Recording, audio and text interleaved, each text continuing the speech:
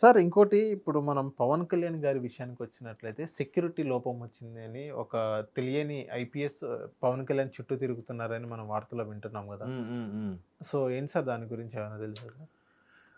నిన్న నాగబాబు గారు కూడా ఒక దగ్గర ఆవేదన వ్యక్తం చేశారంట. పవన్ కళ్యాణ్ గారికి ఒక థ్రెట్ ఉంది. ఒక ఐపీఎస్ వేషంలో ఒక వ్యక్తి వచ్చి తిరుగుతున్నారు. ఇక్కడ వాళ్ళు ఎవరో గిట్టని వాళ్ళే పేర్లు పెట్టకుండా సుపారీ ఇచ్చి తెప్పించారు అన్నట్టుగా ఉంది. హ్మ్. అది కొంత అందులో వాస్తవం లేదని నేను అనుకుంటున్నా. అంత ధైర్యం చేసి ఎవరైతే రారు. మేబీ మనిషి అన్నోడు ఎక్కడో ఒక దగ్గర తెగుతాడుగా.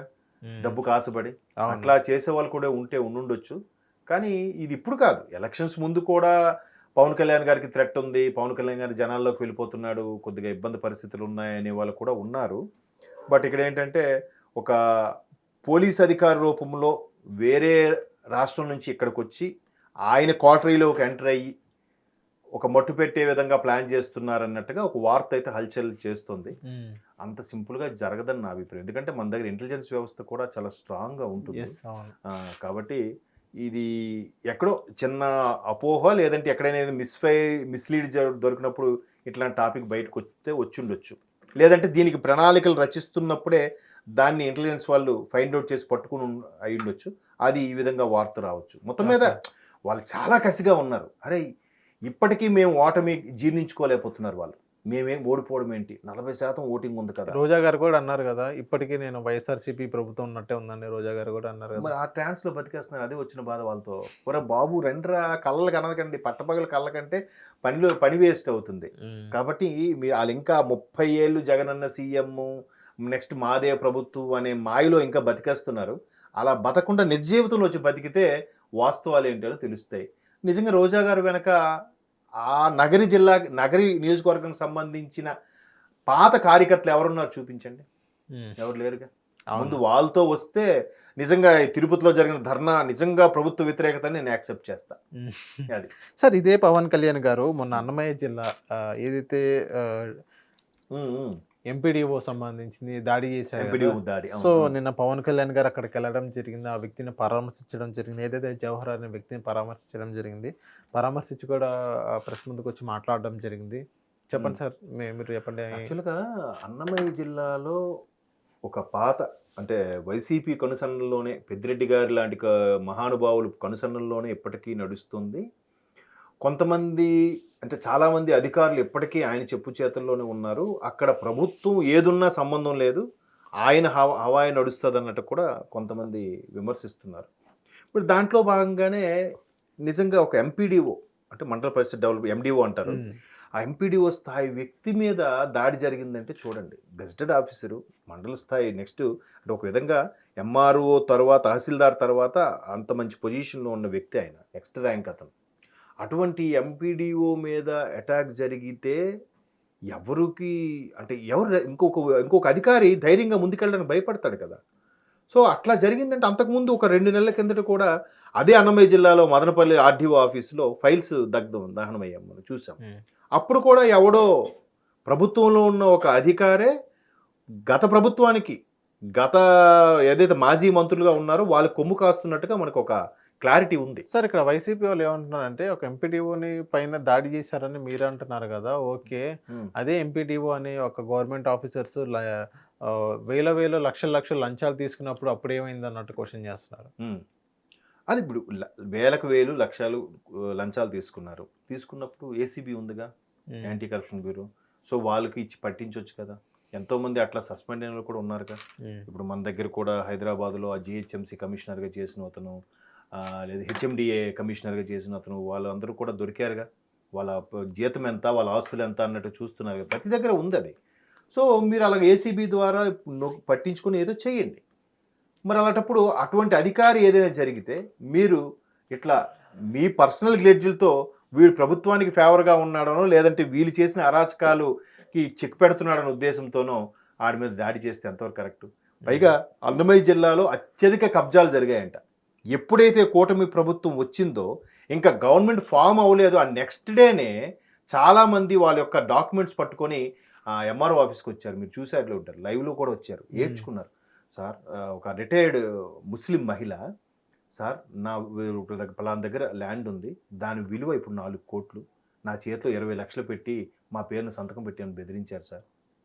నేను ఇటు చేయక అటు చేయలేక ఇంకా ఆళ్ళు కాలు పట్టు వీళ్ళు పాలు పట్టుకున్నా ఇక్కడ ప్రయోజనం లేదు. ఆఖరికి గత ప్రభుత్వంలో వైసీపీ పెద్దలను కలిసినా కూడా అవునా చూద్దామమ్మా అని చెప్పారు తప్ప ఎవరు హెల్ప్ చేయలేదు సార్ అని చెప్పి వరుసగా క్యూ కట్టారు ఎంఆర్ఓ ఆఫీస్కి. ఏది కూటమి ప్రభుత్వం ఎలక్షన్లో గెలిచిన మరుక్షణమే. అలాంటి దగ్గర జరిగిందే ఆ ఆర్డీఓ ఆఫీస్లో ఫైల్స్ దగ్ధం. ఇప్పుడు అదే అన్నమయ్య జిల్లాలో ఒక ఎంపీడీఓ మీద అటాక్. దీన్ని బట్టి మీకు ఏం అర్థమవుతుంది?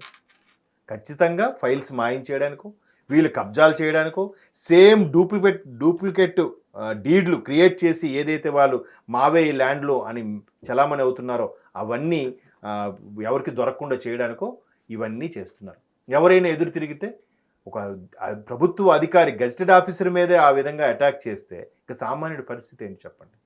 మరి అందుకే డిప్యూటీ సీఎం గారు ఇమ్మీడియట్గా వెళ్ళారు, పరామర్శించారు. ఎవడైనా ఇలాంటి రిపీట్ చేసేలాగుంటే తాట తీస్తామని కూడా హెచ్చరించాడు. అదే సందర్భంలో ఆ సొంత జన సైనికులు కానీ పవన్ కళ్యాణ్ అభిమానులు కానీ వచ్చి ఓజీ అని అరిచినా కూడా ఆయన మీద సీరియస్ అయ్యాడు.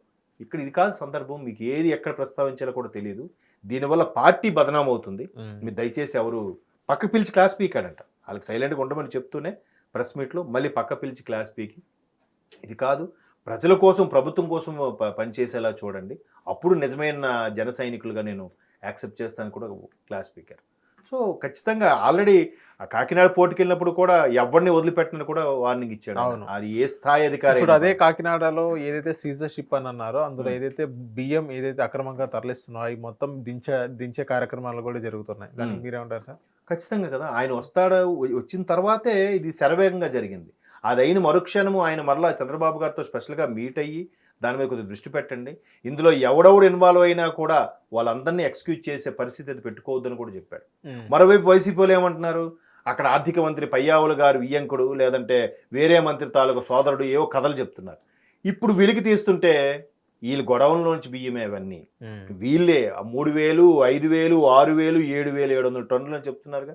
ఇప్పుడు ఎవరు పయ్యావులు కేసు తాలూకా వియ్యంకుడు పేరు నానిగారి భార్య వాళ్ళు ఉన్నారా చెప్పండి. మరి జగన్మోహన్ రెడ్డి గారు క్లియర్గా మాట్లాడారు కదా ప్రెస్ నోట్ పెట్టి, పయ్యావులు గారు వియ్యంకుడు ఎవరో ఉన్నారని. మరి ఆ వియ్యంకుడు పేరు బయటికి తీసుకురండి, బ్రెడ్ హ్యాండెడ్గా పట్టించండి, వాళ్ళ పేరు మీద గొడవలు అన్నీ బయటికి తీయండి.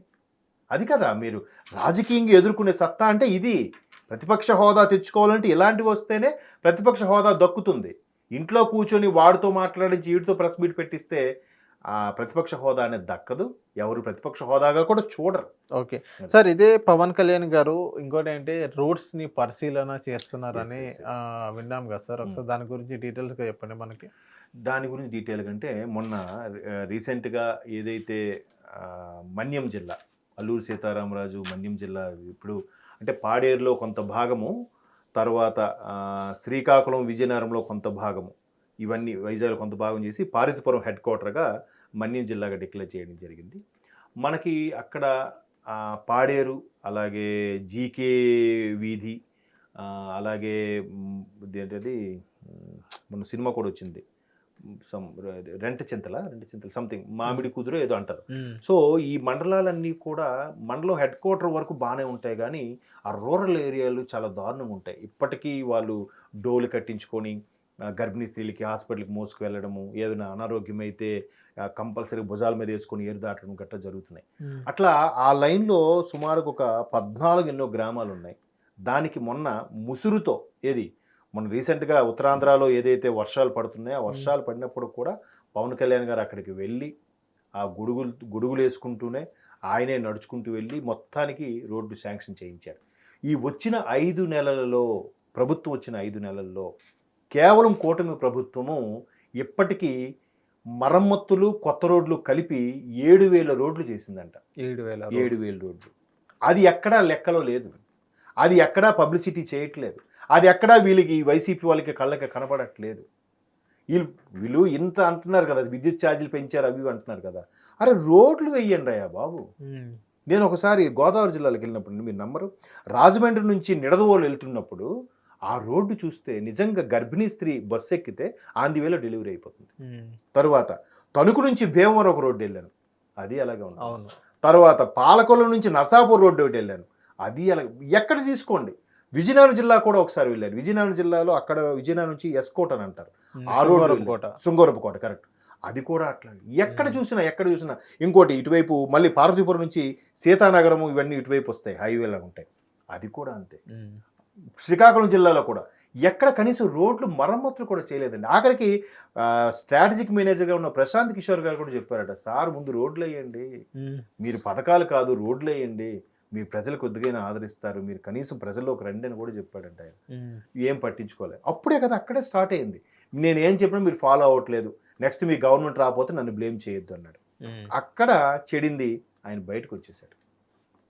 సో రోడ్లు నిజంగా ఇప్పటికి 7,000 ఏది పంచాయతీ రోడ్లు అన్నీ నేను చెప్పేది ఆర్ఎన్బిలోకి కానీ పంచాయతీలోకి కానీ వచ్చిన లెక్క ప్రకారం వచ్చిన 7,000. ఇది కూడా నేను చెప్పిన రిపోర్ట్ కాదండి, ఇది మన్యం జిల్లాకు చెందిన ఒక ఆడిట్కి గవర్నమెంట్ ఆడిట్కి సంబంధించిన అధికారి నాకు ఇచ్చిన ఇన్ఫర్మేషన్.